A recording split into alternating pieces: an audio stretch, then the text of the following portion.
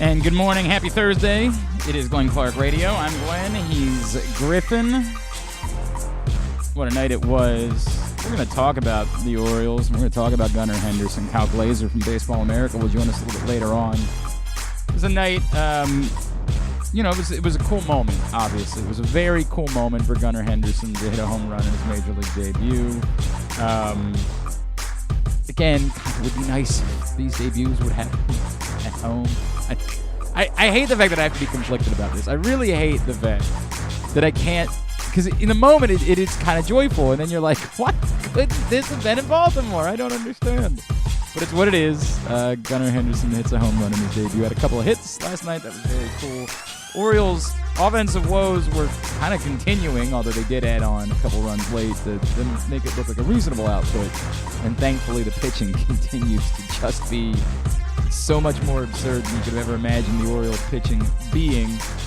We will, again, talk about Gunnar Henderson a little bit more with Kyle Glaser. Of course, Baseball America just named Gunnar their number one prospect and put him on their cover. Kyle will tell us more about what the reasonable expectations are for this young man as he is officially an Oriole for presumably the rest of the season and beyond. Also this morning, Max Wagner, Delmarva Shorebirds, third baseman, of course, second-round pick of your Baltimore Orioles. Don't know what happened there. He's going to check in with us. We'll do our first pick segment of the year ahead of a big college football weekend. And coming up in just a minute, our friend Pam Shriver will join us up from New York, where she is getting ready for her ESPN responsibilities today at the U.S. Open. A pretty magical night last night. I don't care if you're not a tennis fan. I am. And secondarily, even if you're not a tennis fan, holy crap, that was ridiculous. Like, that's what sports do that, that's the reason why you like sports. That. And frankly, it's the reason why the theater at the U.S. Open in primetime is just so much better than anything else in sports. You get stuff like that. We'll talk to Pam Shriver about it. Orioles will look to try to win their series with the Guardians tonight. Kyle Bradish is on the mound coming off an outstanding start last Friday night, hoping to back that up. He will face Shane Bieber 6 o'clock as the Birds, again, try to hang in there. Again, still have to get more consistent offensively or just kind of the hope for the best. Just continue to hope that the pitching can be far better than could be reasonably expected. Orioles got a modicum of help last night, so they're back within 2 games in the wild card race behind the Blue Jays, and move the game back ahead of the Twins, so they are in the 4th position by themselves, 2 games back of the Blue Jays. Again, it's pretty critical that they stay at least within striking distance, because now we are sitting at a month left in the season. There is only so much time to make up so much space for the Orioles at this point. Will be interesting to see what the usage of Gunnar Henderson will be. Is he here to just be the third baseman? Is he here to play multiple positions based on what the Orioles' needs are? We had a powwow yesterday with Stan the Fan and Luke Jackson, and I argued that I would prefer that for now, the Orioles give Gunnar Henderson a position. Just say, dude, you go be the third baseman. We'll figure this out in the offseason. We'll figure out what we're going to do at short. We'll figure out what we're going to do. I just feel like when someone is trying to adjust to Major League pitching, and I get it, it didn't look like he needed much of an adjustment period last night. I understand that. If he can keep doing that, then, he might be the greatest player in baseball history. But while someone's trying to make an adjustment to Major League pitching at a time where you desperately need offense, I would prefer for that player to be given the opportunity to just relax and play a position. That's your spot. You don't have to worry about working on anything else. You're the third baseman, or you're whatever you are. Last night, it was third base. We had seen in the lead up to Gunnar Henderson being called up to Baltimore, he had played other positions. So I would assume that's because the Orioles imagined him playing some of those other positions in the coming weeks. I don't know, just an assumption that I'm making. I would prefer personally that they stick him out at third. But a heck of a night, Gunnar Henderson hitting a home run in his Major League debut and the Orioles winning in Cleveland. It was a heck of a night in New York as well. I would imagine our guest is excited about both of these things almost equally. as she is, of course, Baltimore's own, the Hall of Famer, ESPN analyst, and our friend Pam Shriver. And she's back with us now on GCR. Pam, it's Glenn in Baltimore. Thank you for taking the time for us, as always. I know you're busy. Hey, Glenn, it has been the craziest first 3 days in U.S. Open history, in my opinion, all thanks to Serena Williams. And because of what happened last night, I didn't realize what you just mentioned about the Orioles and with Henderson making his debut. So thank you for also getting me up to date with my other sporting interests. It was a cool night. There's no doubt. Pam, you've seen a lot of things, and particularly at the U.S. Open, as a player, as a broadcaster, it's provided magical theater. But that last night, I mean, I still have goosebumps thinking about it right now. How in the hell is Serena Williams playing like this at 40 years old, having barely played tennis all year?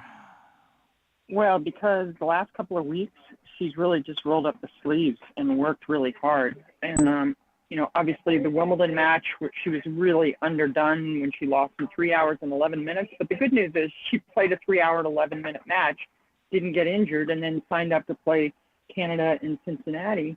And then her form there. And remember, in the middle of Canada, where she won a match, that's when the Vogue article came out. And there was just so much interest in her Vogue article and the announcement that she's evolving away from tennis. And I think it, kind of interrupted her preparation for the U.S. Open a little bit. But she then was able, after Cincinnati, I think, to be super focused on getting as prepared for this U.S. Open as possible. And we've seen Serena through the years not seem like she's in good enough shape to make a run at a major, but it was whether or not she could do it at almost 41. And guess what? Last night, the indicators show us that it's possible. Yes. Look, I think the next follow-up question is, as exciting as it is, I think it's so cool that she and Venus are playing doubles tonight and it's on Ash. But is there any part of you that says, we might need to recalibrate? You have a chance to win the U.S. Open if you play like this. Is it the smartest thing to be playing doubles right now? Well, I thought her answer last night on ESPN to Mary Jo Fernandez was that, when Mary Jo asked her about the doubles, was like, I need matches. She wants matches. And listen, their doubles partnership, when you're 14-0 in major finals in your career, your doubles career also needs a really good send-off. So, listen, I'm excited. I'm doing play-by-play in the booth for ESPN for that with Bethany Maddox-Sands. Mary Jo's on the call. I mean, it's something to celebrate as well. They're a 3-time gold medal winner in the Olympics. And then the next night, we get to go back to Serena's singles night. She is Pam Shriver. She's with us just a couple of minutes here on Glenn Clark Radio as we're talking about this. What I just said there, Pam, 2 days ago, I would have slapped myself because I would have thought it's insane. But I know Tomljanovic has been playing really well, and that's a tough match, and I don't know that the average person understands how tough a match it is. But the draw is a little bit more open than we expected it to be. Is it insane to think that if Serena can play like she played last night, she has a chance to do something insane here? Well, and I thought her mentioning how she feels like the target is off her back, a target that's been there since really, or that last wasn't there was in 98, because once she won her first major in 99, she's felt, that she's been targeted. And so anyway, I think the fact that she feels a little less pressure is great news. Is great news for Serena's chances. So listen, it's still, and let's just put it in the era of a very unpredictable time in women's tennis. We're 12 months on from a qualifier winning 20 sets in a row. That's right. To win the U.S. Open.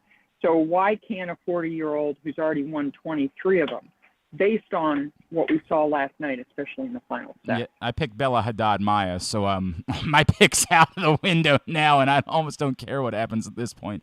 Hey, Pam, I know I'm going to let you go in a minute. Can I talk about Frankie Tiafoe for a second as well? Because sure.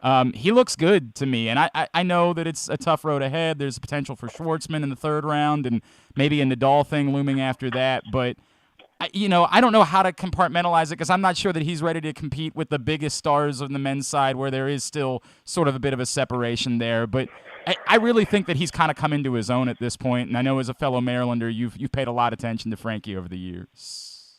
Oh, yes, I have. And by the way, we got to tell your viewers, now we have to give it up, that I'm in the middle of hair and makeup at ESPN to stay on schedule. So excuse the background of the hairdryer, but this is what it is at the U.S. Open. Listen, Francis Tiafoe is one of the most charismatic players in tennis right now. And the fact he's from my home state, this makes me really proud. I've followed his development. My son, a couple of summers, trained at JTCC in College Park, Maryland, where, because my family was able to help take care of him when he was there.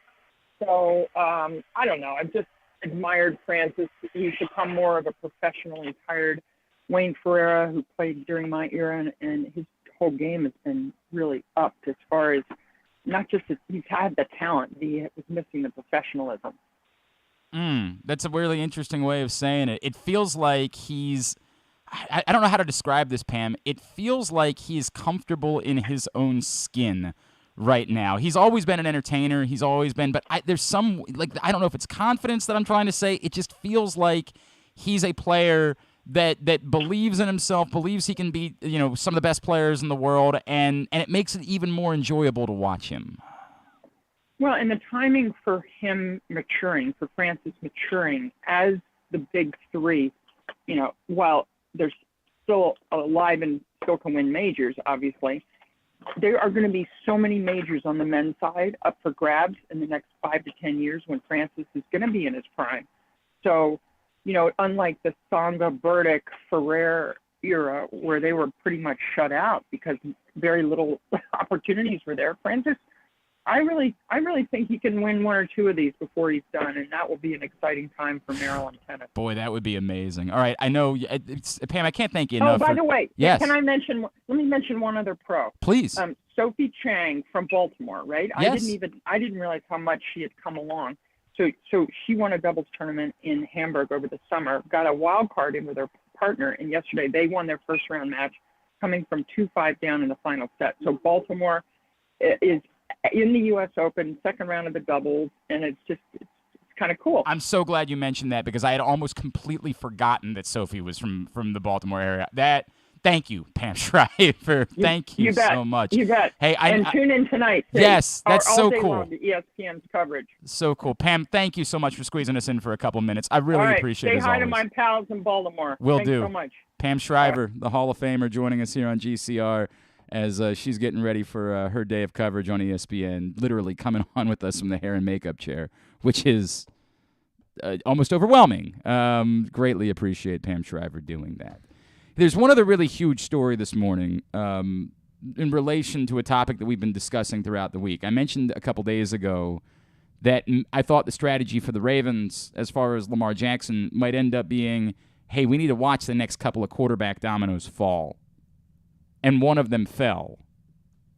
And that's Russell Wilson, who got his deal with the Broncos done, and very much not for a fully guaranteed deal. Russell Wilson gets his extension with the Broncos done, 5 years, $245 million, $165 million guaranteed. I think that's important because what we now have is two quarterbacks post Deshaun Watson who both didn't go fully guaranteed. So if that's what Lamar Jackson is holding out for, then I think it presents the opportunity for the Ravens to go back and say, look, it's clearly not where contracts are going. If you want to force this thing through, you can. That, of course, is Lamar Jackson's option. If he is so hell-bent on fully guaranteed. Rick Spielman made this point yesterday. The situation that Kirk Cousins was in was different because he was truly a free agent. And this goes back to the idea that was tossed out there months ago that maybe Lamar isn't afraid of riding things out to true free agency. If he is so hell-bent on fully guaranteed, then maybe he does. Maybe he continues to just say, all right, if I'm 3 years away, I'm 3 years away. But I want to be a full free agent because I want fully guaranteed. And I know if I get to true free agency, I will have that opportunity the same way that Kirk Cousins did. So I'm going to do that. I don't think it makes sense. I don't understand that because, as we said a billion times, quarterbacks don't get cut. Quarterbacks aren't at risk of not getting their money, save for, career-altering injury. But you're at risk of career-altering injury now where you have no guarantees moving forward. So I think, again, this could provide a beacon for the Ravens to say, look, we're going to pay you an awful lot of money. But look at the evidence. We're not doing fully guaranteed contracts. It ain't happening. So why don't we give you a ton of money and you know you're going to get all of it. It really is fully guaranteed for you. We just don't have to label it fully guaranteed and change the course of football. And then it's up to Lamar, of course. It's up to him. It's up to him, I guess, his mom and whoever else is working with them. Is that enough? Does that make them say, okay, you're right. We're not going to be able to break. We wanted to do our part to try to force us towards fully guaranteed contracts. But Kyler Murray wasn't on board. Russell Wilson wasn't on board. I mean, there was almost no chance the Bengals were ever giving Joe Burrow a fully guaranteed contract. The Bengals, claim poverty at every turn. It's kind of over. It's kind of dead. The players' hope for fully guaranteed deals kind of needed to rest on one of these guys breaking the team that they were working with, whether it was Lamar or Russell Wilson. They needed, or Kyler, they needed to create a trend. And that trend didn't happen. The line was not held. The owners held the line. They said, we're not doing this. We'll give you an awful lot of money. It's not the money that's the problem. Russell Wilson got 5 years, $245 million. I went to Perry Hall, and I know that's $49 million a year. $165 million guaranteed. And again, you can say, well, it's only the guaranteed money that matters. Not really with quarterbacks. Quarterbacks get their money unless they don't want it, unless they, decide to walk away. The deal extends to what he already had to make it essentially a 7-year, $296 million deal, something like that. But the most important part is that it's not fully guaranteed. And I think that should be relevant in terms of what this means for Lamar Jackson. I think. Of course, obviously, I don't know that, and it might very well be that Lamar Jackson just says, I don't care what anybody else is doing. I want what I want. It's a strange game to play. I can't get around that. Rita was tweeting about it yesterday, and I've talked about it for a long time. I don't understand why the quarterback doesn't want to use the leverage they have. I don't understand why Lamar Jackson would play along without being close to a deal. I don't understand why he wouldn't. And again, it's one thing to say, I, in my heart of hearts, believe Lamar Jackson said, I ain't playing in the preseason, no matter what. Which, again, none of us are offended by because we know preseason football is irrelevant. But for a guy that hadn't played, that's coming off an injury, my gut tells me the Ravens might have liked him to go out there and play a series. Just get on the field in a game. He didn't do that. But he didn't hold out. He didn't hold in. He didn't demand a trade. Any of the things he could have done to try to force the issue, he did none of those things. Which, I can't shake. That's interesting to me. It's interesting to me that he chose to not do those things when it looks like the sides are at a stalemate. Being hell-bent on fully guaranteed, if he is, and again, I'm reading into the evidence that we have. It's possible that Lamar's, it's not. He just sort of responded to a tweet the other day, and it's really not that deep. I don't know exactly what it is. I would love to know. The best guess was he wants fully guaranteed. The Ravens don't want fully guaranteed.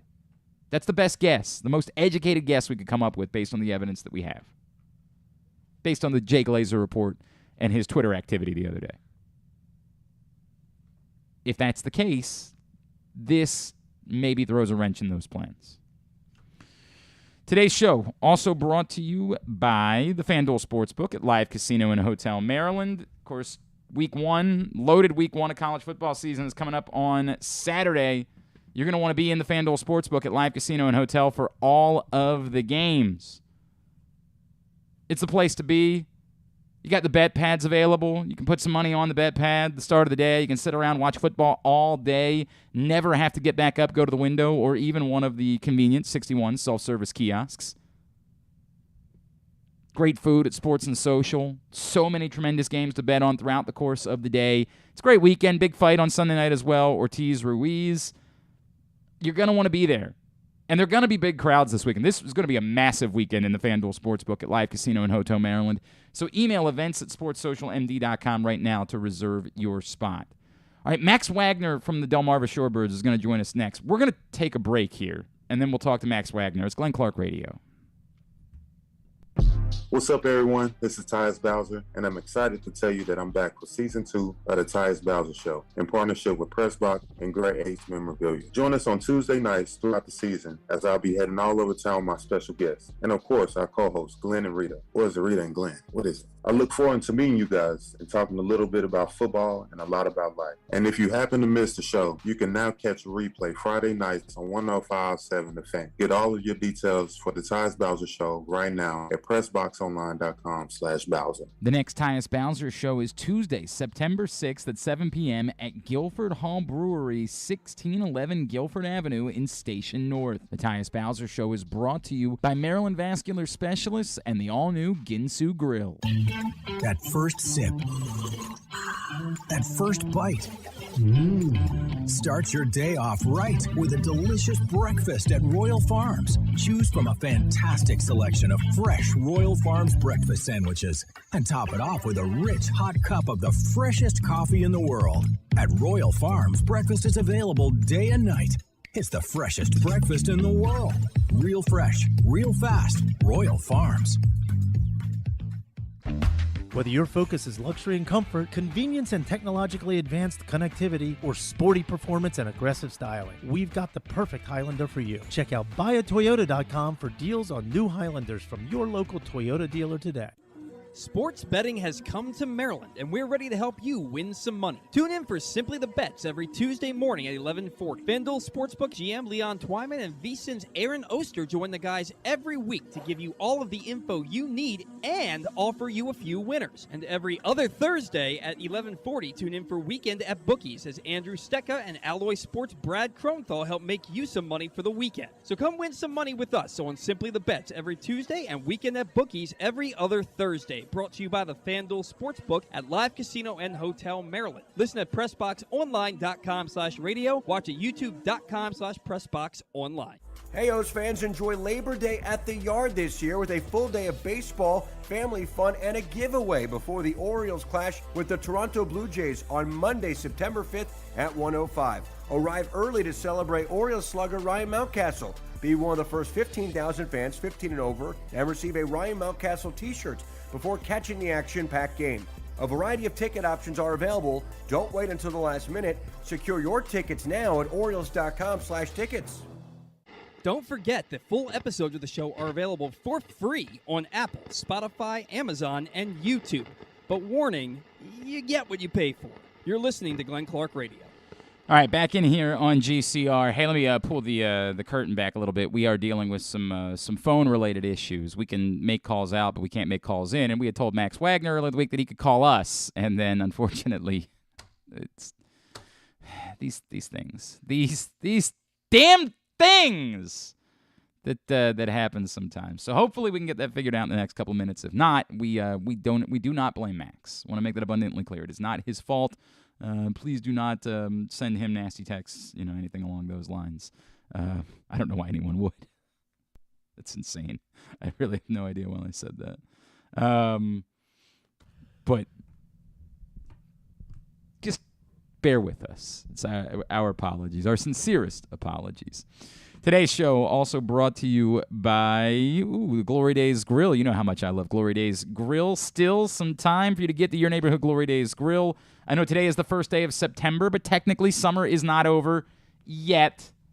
I mean, really, summer ends on Monday. I know legally summer exists for another couple weeks, and unquestionably, one of the next this weekend for sure, but even one of the three weekends after that will be ungodly hot. Like, we'll start making our adjustment towards the fall, and then, like, the third weekend of September, it will be 105 degrees. It's just the way that it works. But the good news is, for a little while longer, you can still take advantage of the summer seasonal menu at your neighborhood Glory Days Grill. So if you haven't tried the South Carolina barbecue chicken, if you haven't tried the lobster roll with the grilled corn, if you haven't tried the opener, the flash fried pork belly with the Korean No. 2 sauce, which I am to understand is not leaving the menu anytime, and it better not. Any of those things, you should get over and try them right now. We have certified thumbs up all around. GloryDaysGrill.com is the website to get your order in. Again, GloryDaysGrill.com is the website. All right, a couple of things. One, this was from Jeff last night. Jeff says, Glenn, watching Gunnar Henderson make his debut, I can't help but think about all of the discussions you've had about why he was ready now but wasn't ready before. I am not panicked about whether or not the Orioles are still trying to manipulate service time, but I can't help but think about it. Is there any other defense of why he wouldn't have been here a week ago?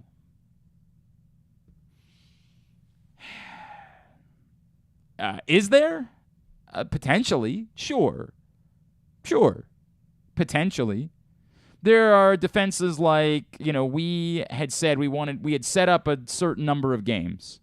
We wanted him to get a certain number of at-bats. We wanted him to get a certain number of games at a specific position, whatever it was. They might argue, look, this was the plan all along.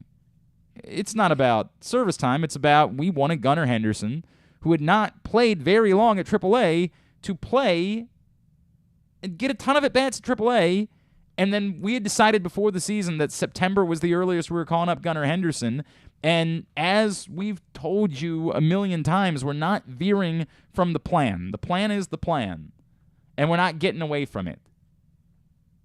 There's a lot of other things they could say that wouldn't simply be about manipulating service time, but the Orioles as an organization can't escape from this. Until they prove otherwise, there's going to be an amount of doubt, an amount of concern, an amount of whatever you want to call it about what their thought processes are. Until they are the team that aggressively works to get a deal done to keep a player around longer than the service time would allow, Orioles fans will continue to wonder about these things. And they have every right. And for as much as I think I'm on board with everything the Orioles have done, again, they didn't have to do this, but I understood what they were doing, why they were doing, and believed it could work. For as much as I've said, I see the vision, I see the plan, I understand the thought process. Admittedly, the thought process has to include this. And I have to see that. I have to see a franchise that is willing to step up to the plate and get things done. And I get it. It takes two to tango. Adley Rutschman is the first guy of this group that really jumps off the page. I get it. Earlier in the year, we were talking about Austin Hayes. That seems silly now. I mean, a year ago, somebody might have said it about Ryan Mountcastle, and that feels silly right now. But we all understand why Adley Rutschman is different. None of those guys were thought of to be an Adley Rutschman type of baseball player. Rutschman is the first. Gunnar Henderson might be the next. It's possible that Adley Rutschman and his camp say, dude, no way. There's a limit with catchers. We're not giving you a favorable deal in order to get more years. We need to get the free agency at the youngest age that we possibly can. So if you want to get us before that, it's going to cost you something similar. It's funny because we brought it up during Would You Rather Wednesday, but something similar to the Julio Rodriguez deal. That's what it costs to do this. Because the risk for us, everybody talks about the risk of a player when they're young. hey, you're being offered a lot more money than you would be making otherwise. Yeah, you're trading off when you get to free agency and you're able to hit the open market. The risk to them might be greater that there's one chance for Adley Rutschman, particularly given he was a college player, so he came in at an elevated age. Pandemic pushed it back a little bit longer. It might be that Adley Rutschman camp says, we've got one shot. We're not doing anything like that. Sorry. You can pay us now like a free agent would be paid then. If you want to do that, we'll talk about it. But we can't delay getting to free agency. So there is no Ronald Acuna deal to be had. There is no, Harris or Albies deal to be done with us. That's possible. Gunnar Henderson, you would think, would be in a bit of a different position. Obviously a little bit younger. Doesn't play as taxing physically a position as Adley Rutschman does. You would think that maybe Gunnar Henderson would be somewhere you could turn to try to get this done as well. The point being, the Orioles have to do it. And when you think about these things, when you think about protecting rookie status, you think about that, you find yourself saying, God, really? Is that your way of saying you're not going to do it? You're not going to be aggressive and try to buy guys out of arbitration years in order to extend their window with you? You can't help but think about those things. It's not a guarantee. I can't say with certainty that was the thought process for the Orioles. The timing really makes you wonder. I mean, come on. It's really hard to ignore it. But do I know it as a fact? No, not at all. And again, it might very well be that the two things work hand in hand. They set the plan because, hey, it was convenient. They didn't think the Orioles were going to be all that good. Then when they were, they said, look, man, we got a plan. We already went through it with Gunnar. Gunnar knows what the plan is. He knows what we're doing. Everybody's on board. We're not altering that. Plain and simple. Plan's not getting changed for Gunnar Henderson. I also have no idea if they thought that he was going to come up and, get a home run in the second at bat. I have no idea if they thought that they might have said, he's good, but Stan pointed this out yesterday. His numbers at AAA were certainly not nearly as good as his numbers. His numbers at AA were perverse. I mean, his numbers at AA were insanity. His numbers at AAA were good. I mean, really quality. And if he can do that as a major leaguer, we're going to be through the roof. But it might very well be that the Orioles said, look, he's not tearing the cover off the ball at AAA. He's performing well. Hitting a little bit less than 300. Maybe they would tell you, look, if the dude was hitting 346 at AAA, we promise you he would have been here. He didn't do anything that forced us to reevaluate the plan. That might be what the Orioles say. The point, of course, obviously now, is that he's here. He's here. That's the good news. There's nothing to worry about. He's here. And the Orioles now, they can move into the next phase, which is the phase that I've discussed, the phase where you go try to sign a player, where you go try to plant the flag, give the fan base something to say, okay, we get it. We don't have to worry about guys just leaving. You can't escape it with Adley Rutschman. I wrote a column for PressBox a couple, not months, maybe a month ago, with recognizing the moment where the star turn was occurring. And if you went back and looked at the comments, like the first 3 comments on Facebook were something like, yeah, until he's a Yankee. And I know Drew was joking about it yesterday because Drew's a heel. Like, I understand what he was doing, but he's reflecting that there are a lot of people that feel that way. There are still a significant number of Orioles fans, or people at least in this area that are inclined to be Orioles fans, that will say, well, you're just a farm system for the good teams. It's neat that they're winning, but why do I want to get invested when those players are just going to go play somewhere else? Not everybody feels that way. Some people would even say, hey, even if I think he's going to go end up somewhere else, he's here now. I'm going to enjoy it. You think the Nationals didn't enjoy Juan Soto winning a World Series for them? Imagine being fearful. Of course, that the Nationals attempted to pay Juan Soto. Like, they did do that. Imagine being so fearful of what might happen next that you can't enjoy what's in front of you. That some Orioles fans would say, hey, we know there's a chance that Adley Rutschman ends up playing in Boston in 5 years.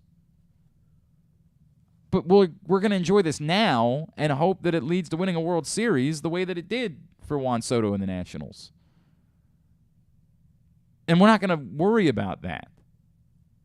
But you want to bring the totality of the fan base together in the biggest way you possibly can? There's one way to do it. It's by saying we're not going to be that franchise anymore. We're not just going to let guys leave. If we find someone and they're special, if we come away with a generational type of talent, a Manny Machado type of player, we want them to be an Oriole forever. We want there to be an era where guys can be Cal Ripken and Brooks Robinson. And I understand that the economics of baseball have changed drastically to make that more difficult. But what it would do for the fan base, even if it's not a lifetime guarantee, like even if you're doing it with a young player, we're just getting another couple of years, it's so significant. Again, macro, micro. I always try to keep things in context. Micro, right now, just want Gunnar Henderson to keep helping the offense. Just need a few more runs scored. Just need to stay alive, stay afloat, give yourself a chance over the last month of the season. That's the micro. The macro, of course, the decisions about where he plays, the shortstop thing. Pretty puzzling play from Jorge Mateo last night. I get it. Jorge Mateo's done amazing things. He's also done some wacky bits where he steps in front of Rougned Odor. It's a wacky bit. Don't get it. Don't fully understand it. Both of those things, I'm not telling you that means Jorge Mateo shouldn't be the shortstop moving forward, but, you got to file all of it away. And you got to think about whether or not, if Gunnar was supposed to be the shortstop, that's where you go. But there would be people that would argue he could be a good shortstop. He could be a Manny Machado-like third baseman. And if that's the case, then keep him at third base. Keep him there. That's what makes the most sense. And from Craig, one more. Craig says, Glenn, what do you think the chances are of Serena actually winning the U.S. Open? I would still go with slim. Honestly, I'd still go with slim. But slim, let's be fair about that. If she plays like she played last night, if she can do that for 2 weeks, she can beat anybody. That was insanely high level last night. I mean, insanely high level. If she can play like that, there's not a player in the world she can't beat.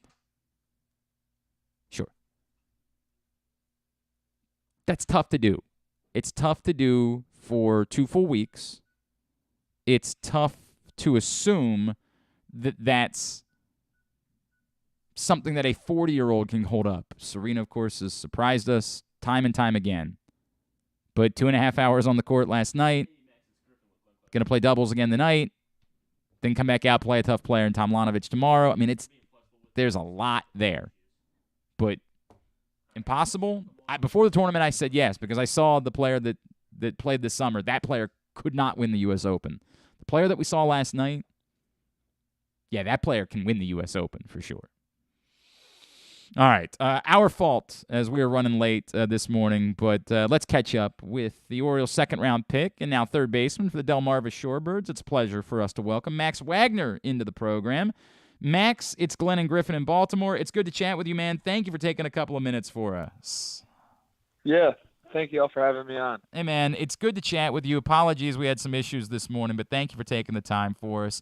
Can you just paint a picture for me since the draft, getting settled in, feeling like a pro? How do you feel right now about where you are as you make this transition into being a pro player? Yeah, I mean, a lot has happened since the draft. It's all been an exciting time for me and my family, and just trying to get comfortable and get a routine down. as I start this journey. But it's been a blast so far. All right, you are originally from Wisconsin, correct? Yes. So I don't think of Wisconsin as like a baseball hotbed, right? Like in my mind, everyone born in Wisconsin has like a piece of cheese stuck on their head, and they're supposed to go be a football player, typically a lineman, right? What was the path for you? What was the path for you with baseball? Were you ever a football player, and why was it baseball for you? Yeah. Growing up, I played baseball, basketball, and football. Early on, I knew football was not my sport. Okay. And so I was kind of like a two-sport athlete growing up, and then I kind of realized that I was pretty good at baseball, so I just stuck with it. And granted, training during the off season when there's 20 inches of snow is not the easiest, but right. but yeah, I mean, I just kept on grinding with baseball, and things just played out. How do you so what do you do during? You say when there's 20 inches of snow, you could be describing an April day in Wisconsin when you say 20 inches of snow. So what do you do? Are you just like right now? If you were to play, sometimes in Baltimore on opening day, it's still like 40 degrees outside. Would you be comfortable in short sleeves? Like, would you say to yourself, "Yeah, this is what I'm used to. Like, I'm used to trying to train in these types of circumstances." Yeah, I mean, it's 40 degrees was pretty much the first month of our season up there in Green Bay, and it's just you gotta make sacrifices if you want to be good one day. You had kind of an explosion this season at Clemson. You went from being a guy who had 2 home runs the year before to 27 home runs this past year. Dumb guy question, Max. How does that happen? Yeah, I kind of just changed my approach a little bit and thought a little bit different when I was up to bat and what I really wanted to accomplish. And I did that, trained really hard during the off season and even in summer ball before the season, and really, I guess, tried to put my approach into the game, and that's exactly what I did come springtime. And just played out for me. Yeah, the results were insane. Max Wagner's with us here on GCR. You hit 370, 27 home runs. Did you always know the power was there? Like if we looked at, stats that you had, in a summer league somewhere or something like that, would we see that the power was always coming? Or did it catch you off guard a little bit? Did you become a different type of hitter, a different type of player over the last couple of years? I mean, I guess I would say I wouldn't consider myself a power hitter. I've always tried to be, gap to gap, kind of hitter, and then home runs will just come. But this past season definitely, I guess, caught me a little off guard of just how many I hit. But just like I said, I just try to follow my approach, and good things will happen. Obviously they did. Do you now do you think of yourself as a power hitter moving forward? Like after you do something like that, do you say, hey, man, that could be my ticket to getting paid an awful lot of money to play this game moving forward? Do you reconsider your approach at all? Yeah, I mean, it's definitely a thought, but, I'm just going to stick with what worked in college and then obviously reassess, when I need to and see what needs to be fixed with my swing and stuff like that. He is Max Wagner. He's with us here on Glenn Clark Radio. Max, you arrive in the Orioles system in a really interesting time, right? As you've seen how things have changed for this franchise and what's happening starting at the major league level and all the way down through. I know, you would have been excited no matter, who called your name, but is there something maybe additionally exciting about entering into a franchise that looks like, it's on the path to being a team that's competing to win championships in the coming years? Yeah, I mean, it's awesome to see the Orioles, have success, and especially, even their farm system is the best in the MLB. It's really cool to see, and really an awesome opportunity for me and the other guys to be able to develop and make their way up, knowing that we're in good hands and that it shows that this coaching staff and this organization they do it right. So it's just awesome to see. Tell me about the mustache thing. So we've heard that a bunch of you have been doing it. Give me the story behind it. Yeah, it was. I think it was maybe we started in Salem when the first group got here, and I just decided to get the mustache going, and then all of a sudden Judd Fabian said that he was going to do it when we got back to Delmarva, and then we did it for that week. But Judd's been knocking the cover off the ball, so he got promoted up to high A. So now that he's gone, I don't know if he's still doing it, but I think it was just me and Judd and I kind of thing, but yeah, it was just something to get some mojo. So are, like right now, if we saw you, are you still rocking it? I am not. No. Oh, you gave up on it already. I did. Once Judd was gone. Okay. Is it a superstition thing for you? Like, hey, I went 0 for 4 one night. The mustache has got to go. Not really. Okay. It's just something to have fun. About baseball. 'Cause, that's the biggest thing is having fun with baseball. And just doing whatever to have fun with. I get it. You and your teammates. So. I get it, and then you break up the monotony of it. I also understand that. Like a season can be monotonous, right? Like you're going to the ballpark every day. You need a couple things to break it up. I was told that it was inspired by Top Gun. Is that true? I guess I really don't know. Yeah, okay. You were just did it for the fun of it. You were just doing it to have a mustache. Yeah. I respect that, by the way. I respect it. Getting to know Jackson, obviously. The two of you selected right there at the top of the draft, and of course he was selected at the top of the draft. But you guys sharing that side of the infield. What have you found out about him, and how have you guys sort of meshed, knowing there's a chance that the two of you could sort of be like the left side of the Orioles infield for a long time to come?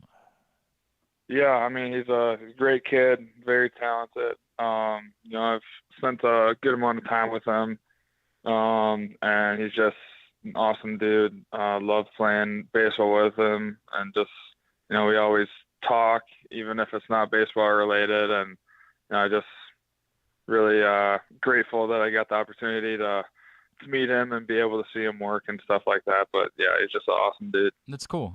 Give me priorities for you, Max. Obviously the season's gonna be wrapped up here. There's one more homestand, by the way, for the Shorebirds next week, starting on Tuesday night.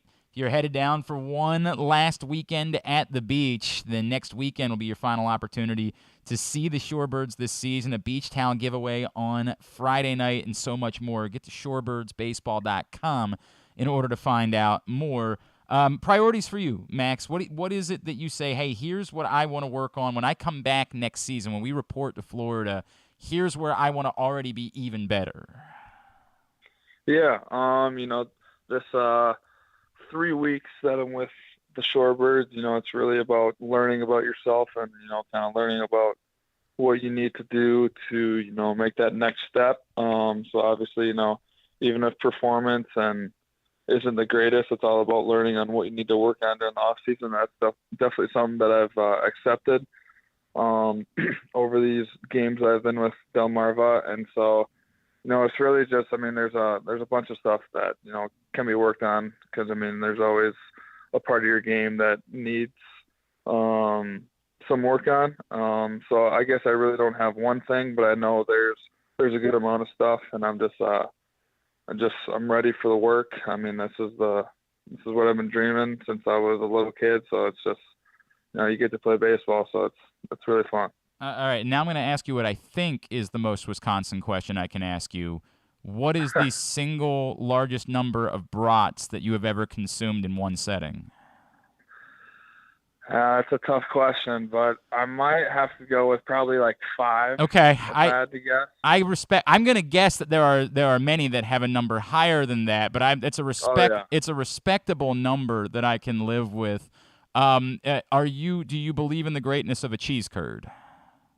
Oh, that's probably my favorite food. So for people around here, because I still feel like it's not common around here, explain to people around here why is a cheese curd such a delicacy in the state of Wisconsin? Obviously, Wisconsin, they have dairy, and, cheese is dairy, but it's fried cheese. And I honestly don't know why it's so good, but I've had it ever. I honestly believe you can just say the words, it's fried cheese, and people should probably understand. Like, what more do you possibly need to know than that? It's fried cheese. Enjoy, be thankful that you're alive. Pretty much. Have you been able to, like, are you a seafood person at all? Have you taken any in since you arrived? I guess I'm a little bit of a seafood person. I haven't. When I was actually in Baltimore a couple weeks ago, we took up some of the seafood places in Baltimore. Okay. But now that I've been in Florida for a little bit, and now I've been in Delmarva, I really haven't had the opportunity to have any seafood, but we definitely went to one of the crab places alongside the water in Baltimore, and it was really good. Did you actually sit down and crack crabs? I believe my parents did. You were not ready for that jump yet. We're going to make that happen at some point. At some point, we got to make that happen. Hey, by the way, I want to apologize. It's theshorebirds.com. Theshorebirds.com is the website for you to go find out more, get your tickets for the final homestand of the season. Max, what about you? Twitter, Instagram, where can Orioles fans be giving you a follow on social media? I got Instagram is, I think, Max Wagner 9. Twitter is MDWags9. I was gonna with a Z. What, like the MD? That's not Maryland, I'm assuming. I'm guessing you've had this account beforehand, but it worked out kind of well. That it was that way. I'm guessing that's just a middle name, middle initial. Yeah, I actually have 2 middle names for MD. Well, you got to tell me then. Marvin David. So is it Maxwell Marvin David Wagner? Is that the full name? Yep. That feels so studious. It feels like you should, like maybe your parents were actually trying to set you up to be a doctor instead of baseball that way. Max, man, great to get to know you, dude. Congratulations on being an Oriole and being in the system, and we can't wait to see what's ahead for you in the coming years. Thank you for spending a couple of minutes with us this morning. Yeah, thank you very much. Thanks for having me on. Absolutely. Max Wagner, Orioles second-round pick. And now with the Shorebirds for the rest of the season, looking forward to seeing what's coming for him. Dude went from being like a late-inning defensive replacement to a monster hitter at Clemson. 370, 496, 852, 27 home runs this season at Clemson. Again, after hitting 214, 305, 345 the year before. Nuts. That's crazy. All right, our first picks of the year are coming up next. It's a big weekend in college football. KZ will join us, and we'll make our picks. This is Glenn Clark Radio. Stan the Fan here, welcoming back one of my favorite sponsors, the Costas Inn. And everybody around Baltimore knows the Costas Inn is a great place to go and grab crabs, steaks, salads, soups, whatever's on your mind to eat in person. But did you know that the Costas Inn has upped their game? They are now one of the premier takeout places in Baltimore. Give them a call now to order your food, 410-477-1975. That's the Costas Inn over 4100 North Point Boulevard. What's up, everyone? This is Tyus Bowser, and I'm excited to tell you that I'm back for Season 2 of the Tyus Bowser Show in partnership with Pressbox and Great H Memorabilia. Join us on Tuesday nights throughout the season as I'll be heading all over town with my special guests. And of course, our co-hosts, Glenn and Rita. Or is it Rita and Glenn? What is it? I look forward to meeting you guys and talking a little bit about football and a lot about life. And if you happen to miss the show, you can now catch a replay Friday nights on 105.7 The Fan. Get all of your details for the Tyus Bowser Show right now at PressBoxOnline.com/Bowser. The next Tyus Bowser Show is Tuesday, September 6th at 7 p.m. at Guilford Hall Brewery, 1611 Guilford Avenue in Station North. The Tyus Bowser Show is brought to you by Maryland Vascular Specialists and the all-new Ginsu Grill. The latest edition of Press Box is available now. On the cover, Bo Smolka profiles Ravens tight end Mark Andrews' path to NFL stardom, from his late decision to play the sport full-time through having to overcome type 1 diabetes and more. Also, inside, we introduce you to football players at Maryland, Navy, Towson, and Morgan State. And we give you everything you need to know for betting football this season. Press Box is available for free at over 500 area locations, including 60 Royal Farm stores. And you can always find the entire edition, as well as the best daily coverage of the Demos, Ravens, and Terps at PressBoxOnline.com. Make the most out of every day in your Toyota RAV4. Available in hybrid or gas-only models. A RAV4 can get you where you want to go in style. Check out buyatoyota.com for deals on new RAV4s from your local Toyota dealer today. Come experience Maryland's #1 sportsbook this NFL season at the FanDuel Sportsbook at Live Casino and Hotel, the ultimate place for any sports enthusiast. Take advantage of our 24/7 kiosks, massive video screens, and watch all the action from the best seat in the house. With more money paid out than anyone around, make every moment more at the new FanDuel Sportsbook at Live Casino and Hotel in Hanover, Maryland. Please play responsibly. Gambling problem? Please call 1-800-GAMBLER or visit mdgamblinghelp.org. Summer is in full swing, and so is the summer seasonal menu at Glory Days Grill. Start with the opener, flash fried pork belly with their popular Korean No. 2 sauce. And try their South Carolina barbecue chicken, or backed by popular demand, the lobster roll with grilled corn. Also try the irresistible crab and lobster fries, or the very berry salad with chicken. And for dessert, the Cracker Jack sundae with a waffle, ice cream, and Cracker Jacks. This menu will be gone. Find out more and get your order in at glorydaysgrill.com. Glory Days Grill, great food, good sports. To follow the show on Instagram, it's just Glenn Clark Radio. And to follow the show on OnlyFans, wait, I don't think you're supposed to know about that one. Any hoodle. Take it away, boys. All right, back in here on GCR. If you missed it last night, the Stan the Fan Charles, Gary Stein, caught up with Rob Ambrose, Towson football coach. You can find that right now. Wherever it is that you find, stuff and things. PressBoxOnline.com/video, YouTube.com/PressBoxOnline, Facebook.com/PressBoxSports. Click on the videos tab. Stan the Fan Charles, Gary Stein, and Rob Ambrose previewing Towson football. Available right now in all of those locations.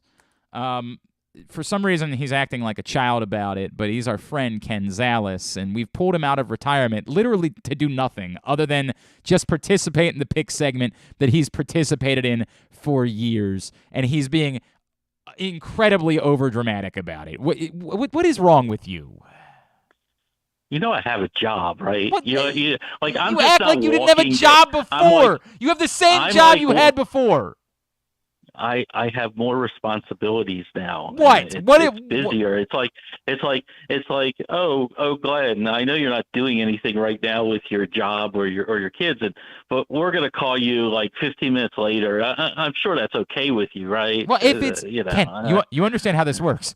If it's not, if you have a meeting or something like that, you say, I can't, I'm sorry, I have a meeting. That's the way that it goes, and life goes on. Who was on before me? It was Max Wagner, Orioles second-round pick. No offense. Yeah, he's probably gonna be more important than you. I'm sorry. I'm so sorry to have to tell you this. He's probably gonna be more important. I don't know what's going on with you. What's going on, Mr. Important? Mr. I'm not important. You got hours of your week back because you're not doing this anymore. Although you're still playing 100. I had so much time to do things that I haven't done. It's amazing. The only problem is that my wife has realized I have more time, and that's a bad thing. That is not a good thing. There is nothing good that comes with that. Do you have anything like, okay, if you offered one piece of advice to people who have their drafts this weekend, because again, if you're not drafting this weekend, if you drafted before now, you're a psychopath and you're doing it wrong. If you had one piece of advice to offer, and then we'll move on and we'll do picks. What's your one piece of advice? With your last pick, that you take a position player in your draft. Select Malik Willis. How's that? Why you think they're going away from Ryan Tannehill, huh? I don't think they're going away from Ryan Tannehill. Well, that doesn't make sense. And it does make sense, because your last pick in your draft is you're going to turn it over 17 times this year, okay? We all play this game like, oh, my God, I got the sleeper of all sleepers. But let's take a guy that if somewhere in the first 4 weeks there's an injury that we don't wish upon anybody, or this particular team is 0-4, the Tennessee Titans, and it's just not working. Malik Willis looked really, really good, and in fantasy, his game will play because of the rush yards. Nice. So instead of taking your 8th wide receiver or your 3rd tight end or Geno Smith or Joe Flacco as your 3rd quarterback because you have take somebody that could be useful if they hit. And if in 4 weeks it doesn't, you turn that person over like you're going to turn any person that you pick there over. Why not take somebody that could be a home run? It's not unreasonable. It's not unreasonable. All right. I've done this before, by the way. I know I'm retired. I'm not sure if you were ever actually good at this or not. I gotta be honest. I don't know. I'm not really sure if you were ever good at it or not. All right, so here's the deal. We're doing picks again this year. It's a bigger group because I've had 100 producers quit. The group now consists of myself, KZ, John Proctor, Andrew Stetka, Griffin, seat at the table. Let's go. And all of our former producers, Paul Valley, who, of course, is still here on the Bat Around Saturdays, and Kyle Ottenheimer, which is remarkable considering he perished in a fiery crash some time ago, but he continues to participate from the grave. Everybody's going to pay in $25, but that's not really the point of this. Like, there will be $175 to be had for the winner. Not a big deal, just a little bit of money. The big deal is for the loser, because the loser is going to have to do all of the following things. Eat a worm burger. And it might be worm and crickets. I'm going to let Tim from Bel Air figure out exactly how he can make it work. Tim's a genius. He'll make it work appropriately and disgustingly, a full worm patty. In honor of our worms, you will have to do it dressed as Dennis Rodman. But specifically, Dennis Rodman when he went out wearing a wedding dress. Now, Ken's like, I don't have a wedding dress. Well, find you a wedding dress, okay? We'll find one. It's not that hard. We don't need to get it. We don't need to get an expensive wedding dress. We can order a $10 hand-me-down wedding dress off of some website. All right, pal? We'll take care of you, I promise. That's all I ask. Now, the issue for you and for the other baldies is that I don't have a problem with all this stuff. It's a problem for me. Would you be willing to grow a beard? It would take me forever to grow a beard, so no. What is forever, Ken? Define forever. Like a real beard. Let's put it this way. Enough of a beard. If somehow this would be me, I can grow a solid goatee within 3 Good enough. You got to dye it. All right? That's the way it works. Yep. You have to grow a goatee and then dye it because you can't dye your hair. Fantastic. Also, we're going to need the loser to attempt to execute the legendary Scotty Too Hottie worm. Now, you'd say, well, that doesn't... Attempt?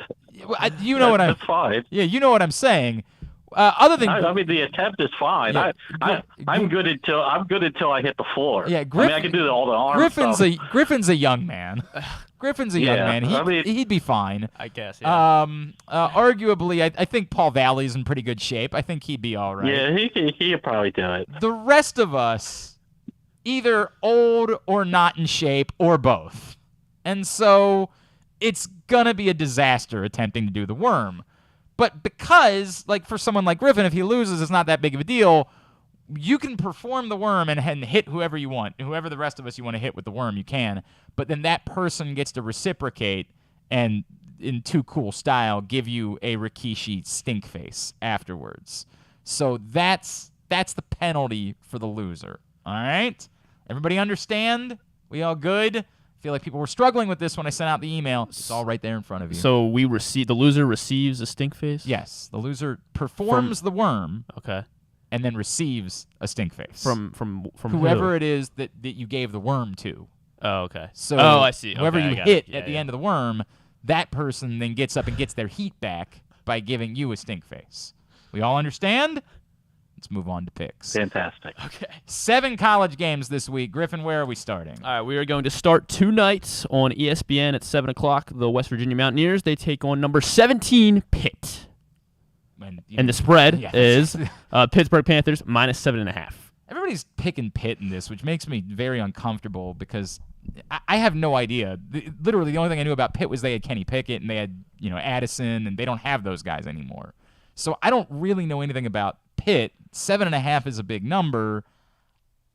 It seems like the world is on Pitt, so I'm just going to kind of ride with the people that I think are more intelligent than I am, but I don't understand why there's so much love for a team that lost so much. Yeah. No, Ken, you go next. Ken goes next. Okay. Yeah. This is always my worst week of this contest. Because we don't know anything. As I do. Yes. Well, especially in college, like all these people graduate, and you just said it perfectly. Pickett's gone. Their top wide receiver's gone. I don't have any idea who the quarterback's going to be for Pitt. But you're giving me in week one more than a touchdown I hear you. in sort of a kind of rivalry thing. I'll take West Virginia because of that. All right. Very good. Give me the whole crew. All right, so I'm going to take Pitt as well. Glenn, you said you're taking Pitt? I'm taking Pitt. Okay, you're taking Pitt. I'm But taking I don't Pitt. know why, to be very clear. I have no clue why I'm taking Pitt. I'm just doing it. Because they got that number next to their name. So. It's because the internet seems to think good that enough Pitt reason. is good. John Proctor taking Pitt. Kyle Ottenheimer will be taking Pitt. Stetka taking Pitt. And then there are two backers of West Virginia. It is Paul and KZ. All right. Very good. Next, we have the number 11 Oregon Ducks taking on number 3 Georgia Bulldogs. That one is Saturday afternoon. September 3rd is Saturday for those that don't know, and it's 3:30 p.m. on ABC. It's in a neutral location, right? Is it? I guess I should have known that. Yes, that's I your believe so. job. Oh boy, you are really Kyle Ottenheimering this up. Well, all right, well, but the line is Bulldogs minus 16.5. Minus 16.5. Oh, that's a huge. Yeah, this is the Atlanta game. This is the game in the stadium in Atlanta. It's a neutral location. I get it. I understand it's in the state of Georgia. I understand that, and there will be way more Georgia supporters that will be there than there will be Oregon supporters. But it's not at Georgia. It's in Atlanta. Okay. All of this being said, I am down on Georgia on the whole. They lost so much of that defense. I don't know. There's the connection here with Lanning ending up at Oregon, and he, of course, knows Georgia pretty well. I just don't know enough to know if that really means anything. What I'm going to say for now is, what was the number, 16.5? 16.5. I'm taking Oregon to cover. Wow. I think they lose, but I'm going to take them to cover. Yeah, I think Georgia, when it's all said and done, will probably be one of the top 5 teams in the country. But they have so many moving parts to replace that I think it may take a half. And because it may take a half, it's too big a number for me to lay of a team that I think is pretty good and traditionally can put up some points. So I'm going to take Oregon as well. All right, I am going contrarian. I mean, it does help that, like, the coach at Oregon was the defensive coordinator for Georgia a year ago. Like, he knows a thing or two about a thing or two. He knows something. Yes. Yeah. All right, I think Bulldog. I mean, I don't think they can win another national championship, but I think they're going to be really, really good again, and they're going to want to set the tone in this first week. So I'm going to take Bulldogs and the points minus 16.5. So you two are taking Oregon. Paul is taking Oregon. Andrew Stetka taking Oregon. That's not good. It's never good when you're on the side. That's disastrous. And then taking Georgia will be Kyle, John, and me. All right. I don't really know if that's good for you, but I just know that it's not good that Stetka's on our side. That's what we know definitively. That's bad news. All right, let's move. We got to move. All right, number 23, Cincinnati Bearcats, taking on the number 19 ranked Arkansas Razorbacks at Arkansas Saturday afternoon, 3:30 p.m. on ESPN. Razorbacks minus 6.5. This is another tough one because I feel like the internet is on Cincinnati here, but again, I have no idea what Cincinnati is post Desmond Ridder. Like, I have no clue if they're any good at all. Arkansas had a nice season last year. Arkansas looks like a program that's turned the corner. 6.5. And where is the game? It's at Arkansas? It is at Arkansas. I'm going to take Arkansas to cover here. I'm taking the Razorbacks. Yeah, this was actually the easiest one for me to pick, and I think Arkansas is a program on the rise. You're replacing your best quarterback you've had in 2 decades. Is that fair? Yes. In Cincinnati, known more as a defensive team over the last 10 years until the quarterback was there. I'm going to take Arkansas. It's under a touchdown.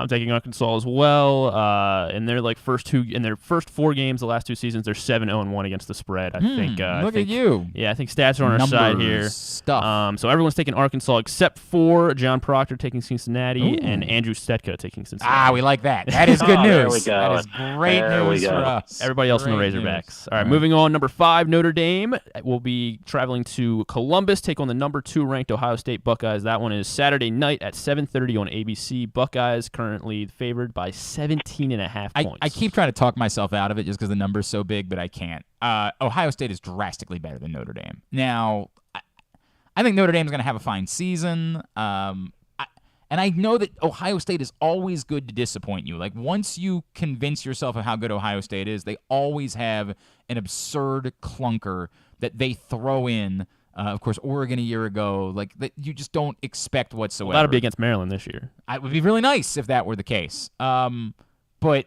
they're just so loaded. Like, they're just so loaded everywhere.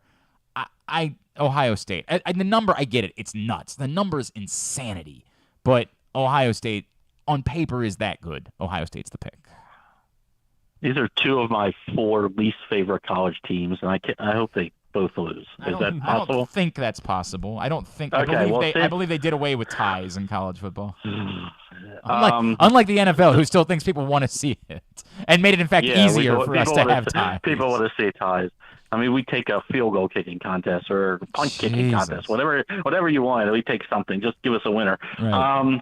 The number's too big for me. I get it. I think Notre Dame.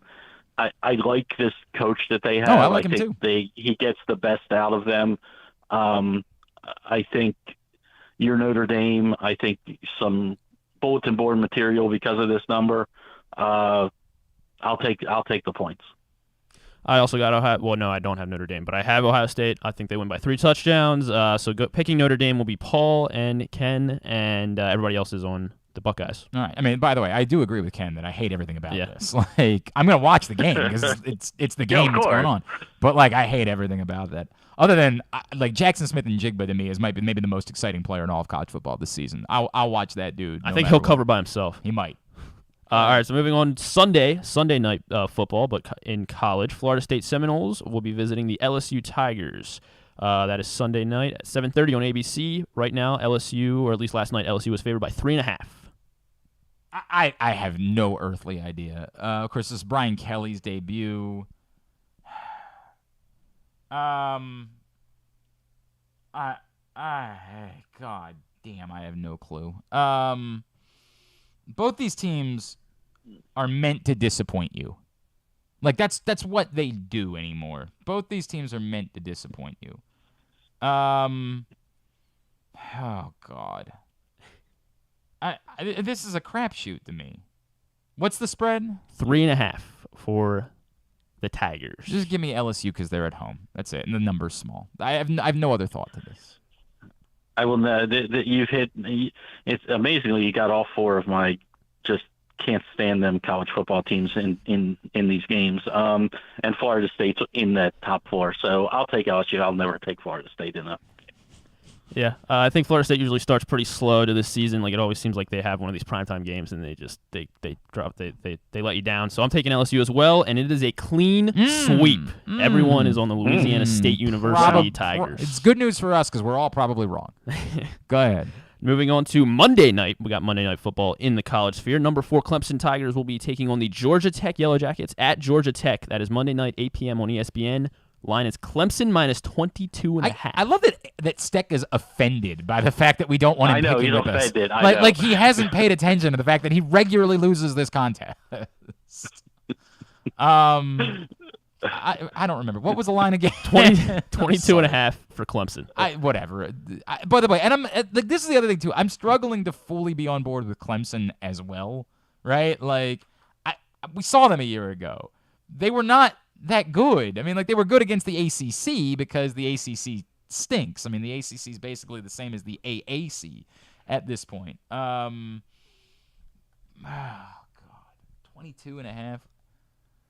I don't have any reason to have any faith. I really want to pick Georgia Tech to cover. I really want to do it. Just do it. It's week 1. Stop. You're not going to win or lose the contest here. I'm not going to be pressured by you, Clemson. I'll take Clemson as well. I don't know. I mean, this number could be 100. I mean, it's Georgia Tech. No. All right, looks like I'm lone wolf in this one. Hoo! Okay, wow. That's not my best wolf. What was that? When you lone wolf, you gotta howl. What just happened? You gotta howl when you're the lone wolf. Great. Everyone is on Clemson. I love the fact that you committed to that. Like, you didn't even bother to workshop it. You just went for it, like knowing it was probably going to be terrible. You just decided to do it anyway. All right. Well, whenever you lone wolf, that's what you have to do. All right, okay. If you say so. Everyone is on Clemson, but me. I'm taking Georgia Tech at home. All right. Very good. I like it. They can lose by less than 3 touchdowns. Maybe. I have no idea. How would I possibly know? You could. They could. Finally, we are coming home. Buffalo Bulls will be visiting the Maryland Terrapins on Saturday at noon on Big Ten Network. Maryland favored by 24.5. It's so difficult for me. Like, this is so impossible for me. It's really not. No, because of course. It's really not. Stop it, Ken. Stop. Just take the flag out of your butt. Would you settle down? On paper, Maryland should definitely beat Buffalo by 40 points or whatever. The problem is, a lot of us have watched Buffalo. Maryland football over I know they stink. You know what? You don't think I know anything about Buffalo, Ken? Do you think I don't know anything about Buffalo? You don't think I don't know anything about their linebacker, James Patterson? Do you think I don't know about Jarrett Patterson's brother, Ken? You think I don't know about Buffalo football? You know nothing about Catch Buffalo. me outside. How about that? I know lots take about Buffalo. Take your Terrapins. Go ahead. No. Stop. Shut up for a second, you retired boy. Shut up for a second. Here's what I know about Buffalo, you jerk. I know as a fact that Buffalo won just 4 games all of last year, won just 3 games last year against FBS opponents, and won only one of those 3 by more than 1 point. Tell me about what I don't know about Buffalo, Ken. Tell me more about it. Tell me more. You know what Maryland is against the spread under Mike Locksley against non-conference opponents? Do you know that? They're 6-1, Ken. Maryland. They're 6-1. I know they're Maryland. That's inherently the problem that I feel. First of all, Ken continues to try to do the bit where I'm just some silly Maryland homer, which ended years ago, but he just sort of stuck to it. It did. I promise you that. I'd still want them to win, don't get me wrong, but stop. This is the issue, eternally. On paper, Maryland is drastically better than Buffalo. In fact, Maryland is very good on paper this year. It's the thing that, the smart betting people are all like, dude, Maryland is good enough to win 8-9 games, and I'm like, yeah, no. I've watched too much Maryland football to buy into that. You can't get me. I feel like a sucker as someone who's watched this much Maryland football taking something like this. But yes, in the end, I'll take Maryland, you jerk. We had to go through all that. I mean, we had to go through all of that to take the most. When this came out, I was like, well, Glenn's taking Maryland. I don't even know who they were playing. Glenn's taking Maryland. Yeah. Glenn takes Maryland every week. That's not even remotely true. Unless they play like Ohio State. I don't know if you've heard they play a lot of those teams, Ken. They're in the Big Ten. There will never be a time in my existence on this planet that I take Maryland minus 20-something. Give me Buffalo. There you go. You know so much about Buffalo. Ken is taking. I know nothing. Yeah. Ken's taking Buffalo. Zero about Buffalo. I know that I will never lay 24.5 points and take the Maryland Terrapins. What are the rest of the boys doing? Ken's taking Buffalo along with Kyle Ottenheimer. Those are the only 2 taking Buffalo. Everyone else is on the Terps. See, you got Stecco on your side, too. It's not great. It is not great. Don't love that. By the way, Stecca joins us in a few minutes on Weekend at Bookies to try to help us win some money. Hopefully not picking college football. He's really good. He's really good at soccer. That's what he's good at. He is. He's excellent at soccer. Outstanding at soccer bets. Other things? Ask him how happy he was about the soccer match yesterday. Was there a soccer match yesterday? Yeah, his team tied. Bad tie. Okay. Bad tie. I'm so sorry to hear that. All right, Ken, what can I plug for you, my friend? Absolutely nothing. This is fantastic. By the way, remember when we talked about this and I said this is where you're supposed to plug Joe Serpico? Do you remember when we planned this ahead of time? You said for me. What? No, I just plug something. Can I plug anything for you? This is said, where you would put over someone else. This is where you would say, you know what? No, I'm out of the game now. But you know what I really want you to do? The hell is going on around here? Maybe you should have stayed retired. I was going to say that 10 minutes ago, but we were 10 minutes late. But anyway, no, seriously, Joe's putting out great stuff. I mean, if you followed me all these years doing fantasy football, Joe's rankings are up on PressBoxOnline.com. He's putting out great. If you're drafting this week and you know your draft position, go on to PressBoxOnline.com, grab one of his mock drafts with your round, follow it. He's put great content there. Great teams have come out of his mock drafts, and just follow him all year long. He'll be. I think he'll be as good, if not better, than I was at this. How's that? It's high praise. Well, you don't think I was any good at this? I'm just not sure if you were or not. I'm not saying that I think you weren't. I just don't know in hindsight if you were any good or not. I have documents that people who made up some kind of contest. Yeah, sure. That I don't understand how that I have never understood how they grade it. Yeah. But they said I was good at it one day. Love you, buddy. We'll talk to you next week. All right. I'll talk to you soon, man. It's Ken Zalis joining us for picks this week. Simply the Bets coming up in just about 25 minutes. Stecca will join us, and Brad Kronthal from Alloy Sports. Try to get you ready for a big weekend of betting. That's coming up shortly. Simply the Bets, brought to you by the FanDuel Sportsbook at Live Casino in Hotel Maryland. Ooh, boy. Try that again. That's another thing altogether. I'd like to know more. Live Casino in Hotel Maryland. Picks were also brought to you today by your local Toyota dealer, buyatoyota.com. The Toyota Tacoma comes in a range of models and trim lines. You can choose the perfect Tacoma to reflect your unique personality and driving habits. Check out buyatoyota.com for deals on new Tacomas from your local Toyota dealer today. All right. Gunnar Henderson did make his debut last night for the Orioles. Of course, it was a great night. Couple of hits, including his first career home run. Let's talk a little bit more about Gunnar Henderson. Joining us now, of course, he was the #1 prospect and on the cover recently of Baseball America. So let's let Baseball America's Kyle Glaser tell us more about the newest Baltimore Oriole. Kyle Glaser is with us now here on GCR. Kyle, it's Glenn in Baltimore. It's great to chat, man. Thank you so much for taking a couple of minutes for us. Yeah, my pleasure. Happy to join you guys. Kyle, can we assume that now that Gunnar did, had 2 hits and a home run, this is just what we should expect every night for the rest of his career, correct? Not quite, but he's certainly a very, very good player, capable of bets like this. There's no question about it. What should we know? Like, I always people always like to do comps, and I don't. People have a lot of opinions about comps.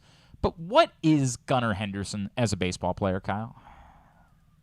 I mean, he has a chance to be an everyday infielder. Again, whether it's shortstop or third base is going to depend a little bit on who else is around him, but who hits for average and power. I mean, the kind of guy who hits middle of your lineup, you look up and he's hit 280 with 25 bombs, maybe some peak years that creeps up close to 300 with 30. I mean, this is a guy who, again, is just a really, really good ball player who doesn't have a lot of holes in his game. If it's 280, 25 bombs, great defense, great base running, that's a really good player, and he has a chance to even exceed that. You bring up defense. Right now, he played third base last night.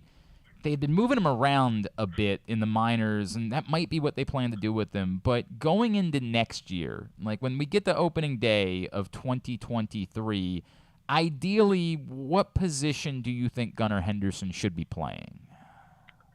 I mean, given Jorge Mateo's playing Gold Glove caliber defense at shortstop, it's probably third base. Again, is Gunnar Henderson capable of playing shortstop? Yes, that's something he proved this year. But again, it's not just about him in a vacuum. It's about what's around him. And, Jorge Mateo has improved enough at the plate that you can start playing him every day with his defense. And if he maintains that, the Orioles' best alignment probably is Mateo at short, Henderson at third. It makes sense to me. What you're describing in Gunnar Henderson as a player, look, we were having a conversation earlier today about the one thing that the Orioles still haven't done is be the team that gets aggressive and tries to sign guys before they get to arbitration years and tries to replicate what the Braves have done. Is he that type of is he the type of player that you say right now, dude, go try to – this kid's 21 years old. Try to lock him up for the next 7 years. You've got a corner piece for your franchise right now.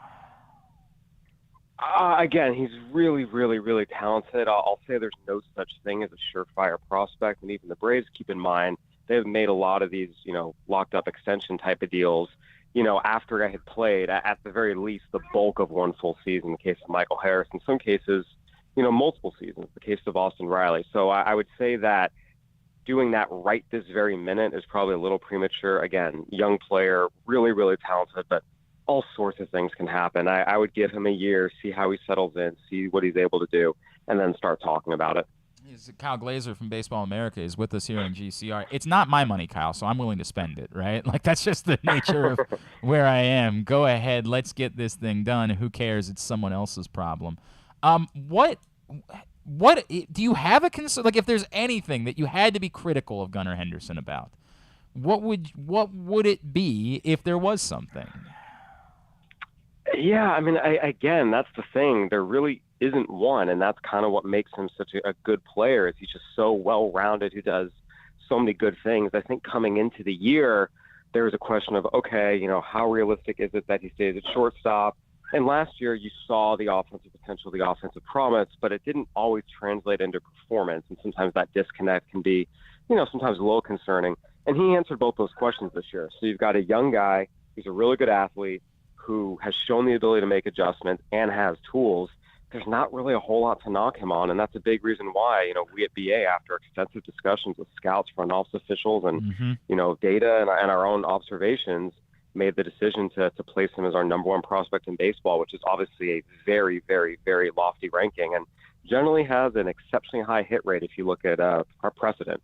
Do you have a way of being able to have a greater feel for the situation? Obviously, last night it worked, right? But he is entering in to a playoff race at 21 years old with no major league experience, and even Adley Rutschman, who we're all convinced is a mega star, and we've seen so many magical things from him already. Even he took a couple of weeks to really adjust to major league pitching.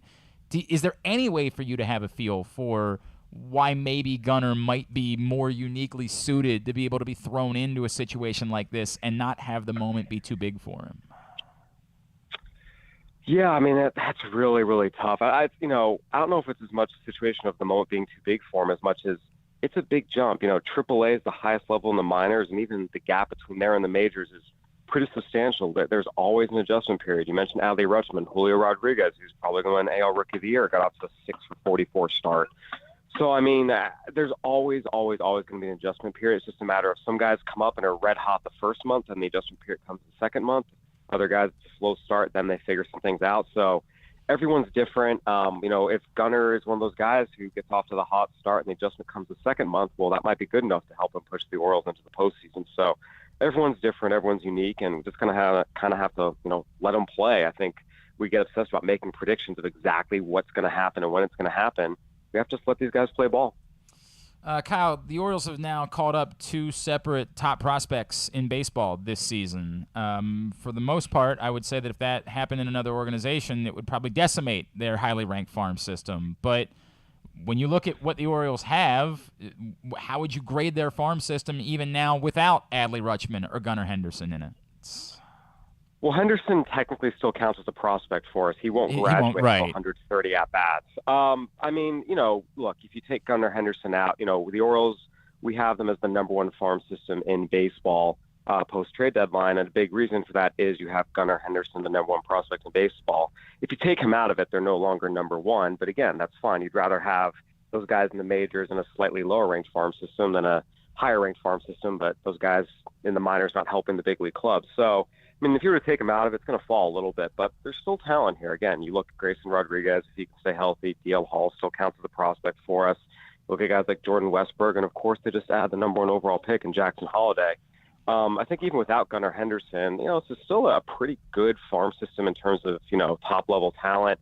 The depth is not as good as some other clubs like the Dodgers or the Guardians, but it's still a pretty good farm system, even if you take Gunnar Henderson out of it. But he's the main reason why they're number one in our rankings. Without him, they would drop out of that spot. I get that. I think I asked the question in part because we have these macro-micro conversations all the time. We're like, micro, hey, the Orioles are competing for a playoff spot, but macro, they're probably not going to win the World Series this year, and that's what Mike Elias, we assume, is trying to build here.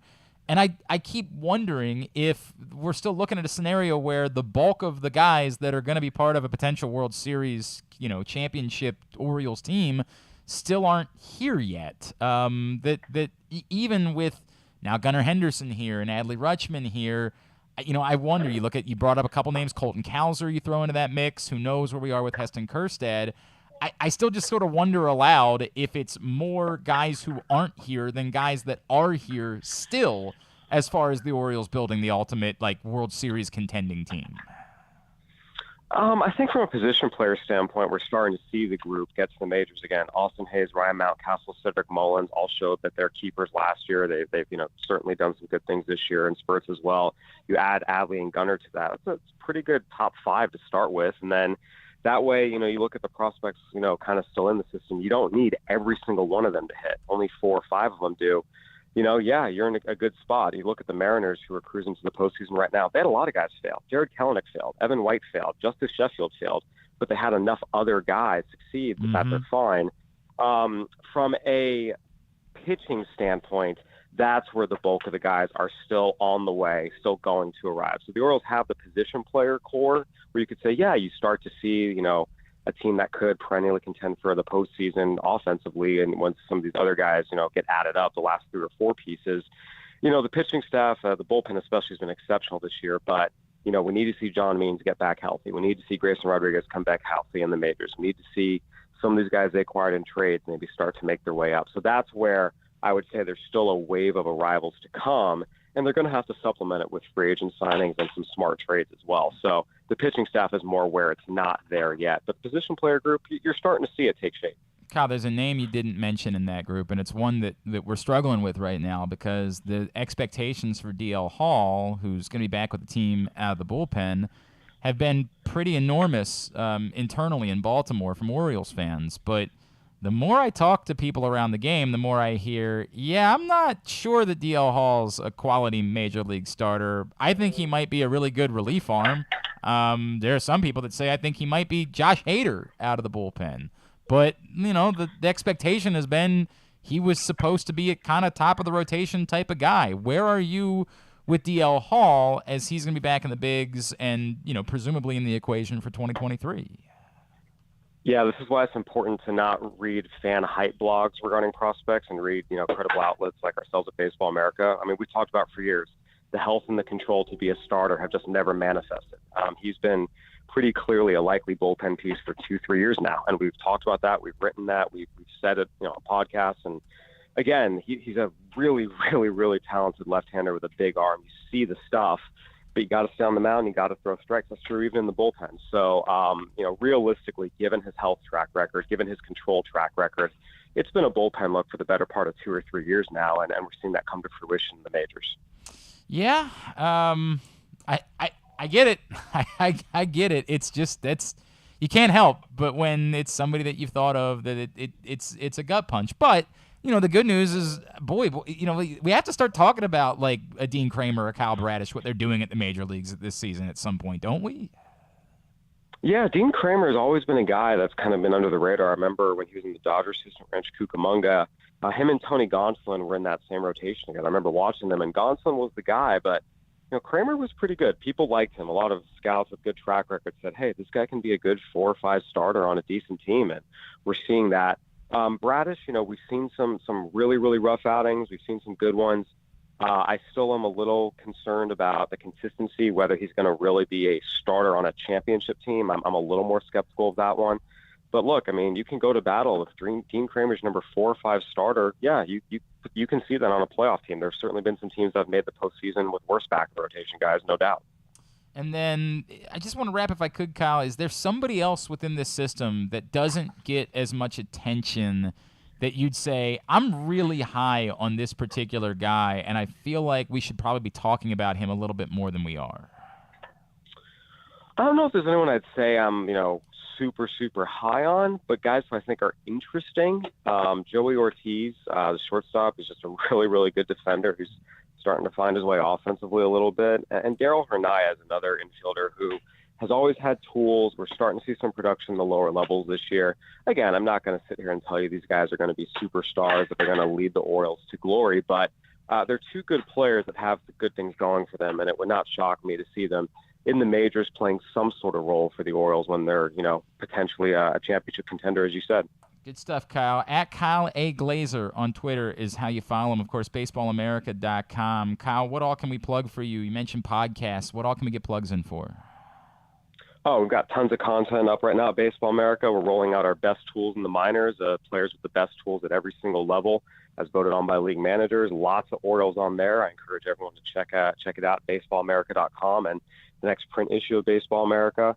I've got some great stuff coming up just in terms of end of the season, minor league awards, major league awards as the regular seasons wrap up here in the next month. And then we're going to have all the the team top 10s. Those start rolling out November. So prospect season top 10s are coming sooner than you think. I encourage everyone to go check it out now, baseballamerica.com. And you can subscribe to the magazine today online, Baseball America. We're on newsstands everywhere. Check it out. Kyle, thank you so much for taking the time for us. Really appreciate it, man.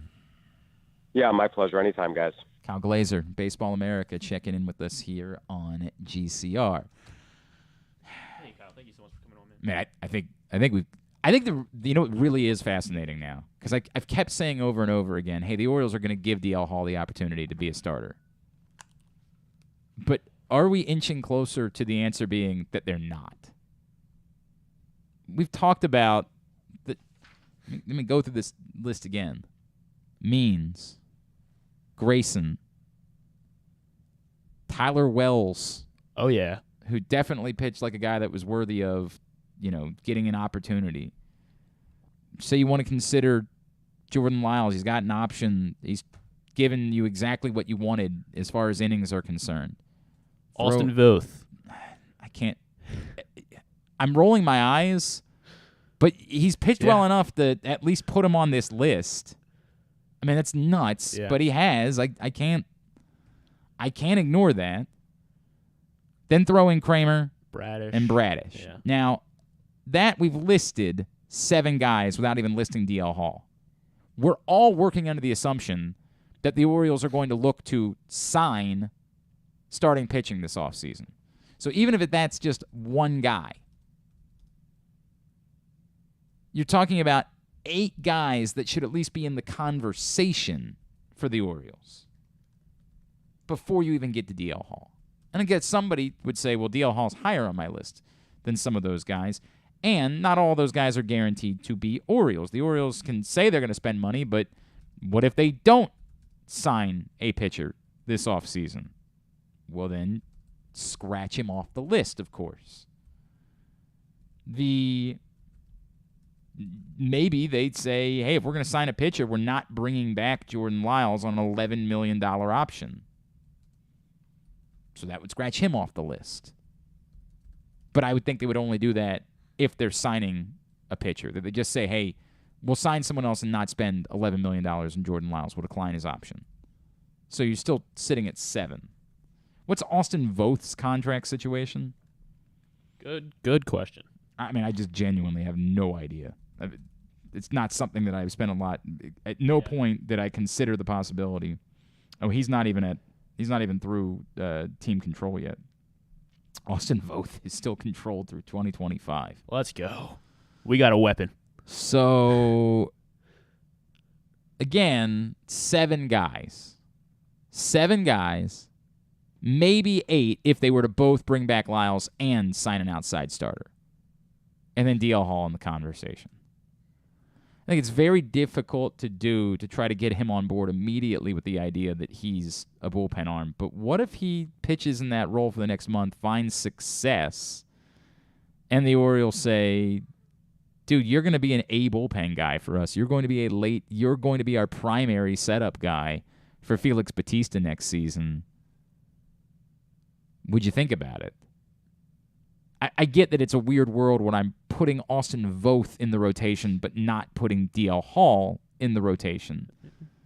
And essentially maybe it's we're not saying you'll never be a starter. We're saying right now your greater value is here and you can always be someone we'd be willing to stretch back out. I still think because of the value of the asset, they have to try to let DL Hall to be a starter, but And this is tricky. I don't know. And as I map out what this looks like next year, like there's no doubt that Means, Grayson Rodriguez, Tyler Wells, those three are in your rotation next year. If you sign someone, that guy's definitely in your rotation next year. So that leaves you all these other names. And I get it. They don't have to promise anything to Kyle Bradish or Dean Kramer. Both guys have had their moments, but neither one has been so consistent that they've demanded a spot in the rotation. But they're also not guys that at the moment you say could be high-impact bullpen guys immediately. Not to say they couldn't be, but you don't see it the way that you do with DL Hall. Just interesting. Just an interesting thought. We'll see how it plays out. Let's get a tidbit. Tidbit is brought to you today by the Tyus Bowser Show, which returns next Tuesday night, September 6th. That's my birthday. It is. It's a fact. It's my happy birthday. 39th. But yeah, on Tuesday it'll be my birthday. Well, I'm getting it out of the way now. My 39th so I don't forget. birthday. We will be at Guilford Hall Brewery, 1611 Guilford Avenue in Station North. It's an awesome place if you have not been yet. When I told Rita that's where we were going for the first one, she was like, "Oh my God, that's where I wanted us to try to do shows there." I was like, "Well, good news. That's where we're gonna be." Next Tuesday night with Tyus and a special guest. We will see you at Guilford Hall Brewery on Tuesday night. Can't wait to have you join us. The Tyus Bowser Show is a partnership of PressBox and Grade 8's Memorabilia. It's brought to you by Maryland Vascular Specialists and the all-new Ginsu Grill. We will be all around town this season with Tyus and his guests. He's fired up. He's excited about it. I know it's disappointing that he won't be on the field for the first couple of weeks, but we'll be talking football and life with him and his guys starting Tuesday night. We want to see you there. You can get one autograph per person, pictures. There's no catch here. There will be weeks where we will ask you maybe to consider making a donation or something like that, but unless we announce that ahead of time, there's no catch. Just come out, meet your favorite Baltimore football players on Tuesday nights this season. If you missed the show live, that's a bummer. We will get it up on YouTube, and we'll air it here on GCR, and we will additionally have it for you Friday nights this season on 105.7 The Fan. Not every week, but most Tuesdays. And you can find out more by going to PressBoxOnline.com/Bowser, where the schedule for the first few weeks of the season is available now. Tidbit. All right, so last night, this one from the @Birdland Insider on Twitter. Last night, the Orioles recorded their 12th shutout of the season, their most since 2014. And the Orioles have thrown 12 shutouts in 129 games this year after recording only 11 shutouts in 384 games between 2019 and 2021. How about that? And a lot of that due to last night's starter, Jordan Lyles, who reached the 1,000 career strikeout benchmark. How about that? He has 1,001 career strikeouts now after his performance last night, joining a group of... I got to be honest about last night. I didn't know that. I'm sure that they mentioned it when it happened. They did. The sound was not on the game. After I saw the Gunnar home run at 7:00, the sound on the baseball game was off. It was on my iPad while the tennis match was what was getting my full attention. So that was my distracted viewing. The rest of the way was the baseball. Yeah. Well, yeah. So we got to 1,001. So I guess he got to 1,000 later in the game. So I guess it makes sense for you. But he joins it is now a group of 3 pitchers, so 2 more guys have crossed that 1,000 strikeout benchmark this season. 2 more active starters have. So I want to know who those are. And then there's 4 more guys. 1,000 is not that big of a number. Close. How would I know? Well, they're big names. Let's see. Orioles have faced, of all of the guys I'm asking for, the Orioles have faced 4 of the 6. The other two that they haven't are in the NL West. Sure. This is really it's just such a you're trying to find a pet who's succeeded but not succeeded too much. A lefty in the NL West. You're trying. Actually, they're both lefties in it. I'm just gonna start guessing some names. Do you want me to give you teams? Aaron Nola. No, not Aaron Nola. I don't even know if he would have fit in any of the categories. No, yeah, he's a Philly. Yes, he definitely would not fit. You're saying NL West? Yes, NL West. They're both left-handed. One of them crossed 1,000. One of them is very close. We're going to end up taking 2. I don't know. All right, Giants lefty and a Padres lefty. Giants lefty and a Padres lefty. The Giants lefty would be older guy. Was on the Dodgers for a while. Was older guy who was on the Dodgers for a while. Older guy who was on the Dodgers for a while. Alex Wood? Alex Wood, yes. Is it older guy? That's what you think? He's been around enough that he's got 1,000 career strikeouts. But yes, he reached that earlier this season. 1,066 career strikeouts for him. And the Padres. This guy has not reached 1,000 yet, but has not reached 1,000 yet. Used to be in the AL East. Used to be in the AL East. Is not. I'm trying to think of who else is on the Padres staff. God. Cy Young winner. Yeah, Cy Young winner. Cy Young winner used to be in the AL East. In the AL East, he was a Cy Young winner. He was a Cy Young winner in the AL. Why am I blanking on who's on the Padres? Hang on, don't. Shut up. I know this. The Padres staff, of course, is Udar. No, Udar. Well, yes. Well, he's not left-handed, but yeah. Correct. I got it. All right, I'll back off. It's Musgrove. Oh, Snell. Yep. Snell. Blake Snell is at 942 career strikeouts, so could reach there. Maybe not this year, but definitely by next year. Just say the name. All right, and then the rest you should have been able to get. Two Red Sox. Nathan Eovaldi, 1,053, reached that earlier this year, and then next up on the list, Michael Wacha is 7 away. Jose Barrios, 984. He is 16 away, and John Gray has 965 career strikeouts. Very good. Such a random 1,000 strikeouts. It's such a random number in order to try. Big milestone. I had no idea Jordan Lyles was anywhere near 1,000 strikeouts. It's just random. Well, you should have known. No, I shouldn't have. Tubular is brought to you by the print issue of Press Box, which is available right now at your neighborhood Royal Farms, any of the hundreds of locations around town where you find Press Box. Read it all. PressBoxOnline.com. That's Mark Andrews on the cover. Great cover story from Bo Smolka.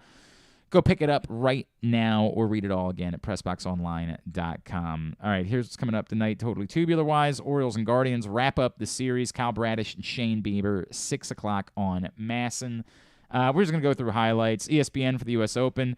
It starts on ESPN at noon and then moves to ESPN2 at 7. Tonight on Arthur Ashe Stadium, Venus and Serena in doubles action, which Pam Shriver mentioned she'll be on the call for. Also, Francis Tiafoe, Maryland's own, plays against Jason Kubler today, and that's the last match on the grandstand, so it'll be part of primetime coverage. Probably won't end up on ESPN2 because they'll be showing Venus and Serena.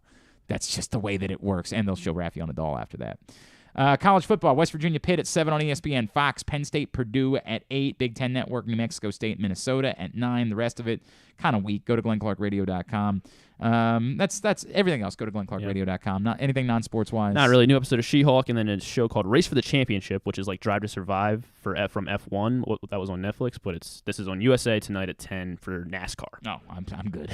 Thank you. Thank you. I never watched the F1 one. Yeah, I mean that one's while everybody else is pretending like they love but F1. Yeah, it seems like it's probably a ripoff of that. It's like supposed to be like a reality. I believe they're doing one for golf too. Oh, really? I think they're doing one for everything. I think there's going to be that show for golf. I think there might be one for tennis. Everybody saw that all of a sudden there was a reality show and people pretended like they cared about F1 because of it. So all the other leagues were like, "Well, we better do the same thing." It's fine. All right, thanks today to Kyle Glaser from Baseball America. Thanks to Max Wagner. Thanks to KZ, I guess. And to Pam Shriver. We'll get it all up in the greatest hits section of the tab at GlennClarkRadio.com. On the program tomorrow, Stan the Fan's going to join us. Anthony Herron from Big Ten Network. He's on the call for Maryland's opener on Saturday.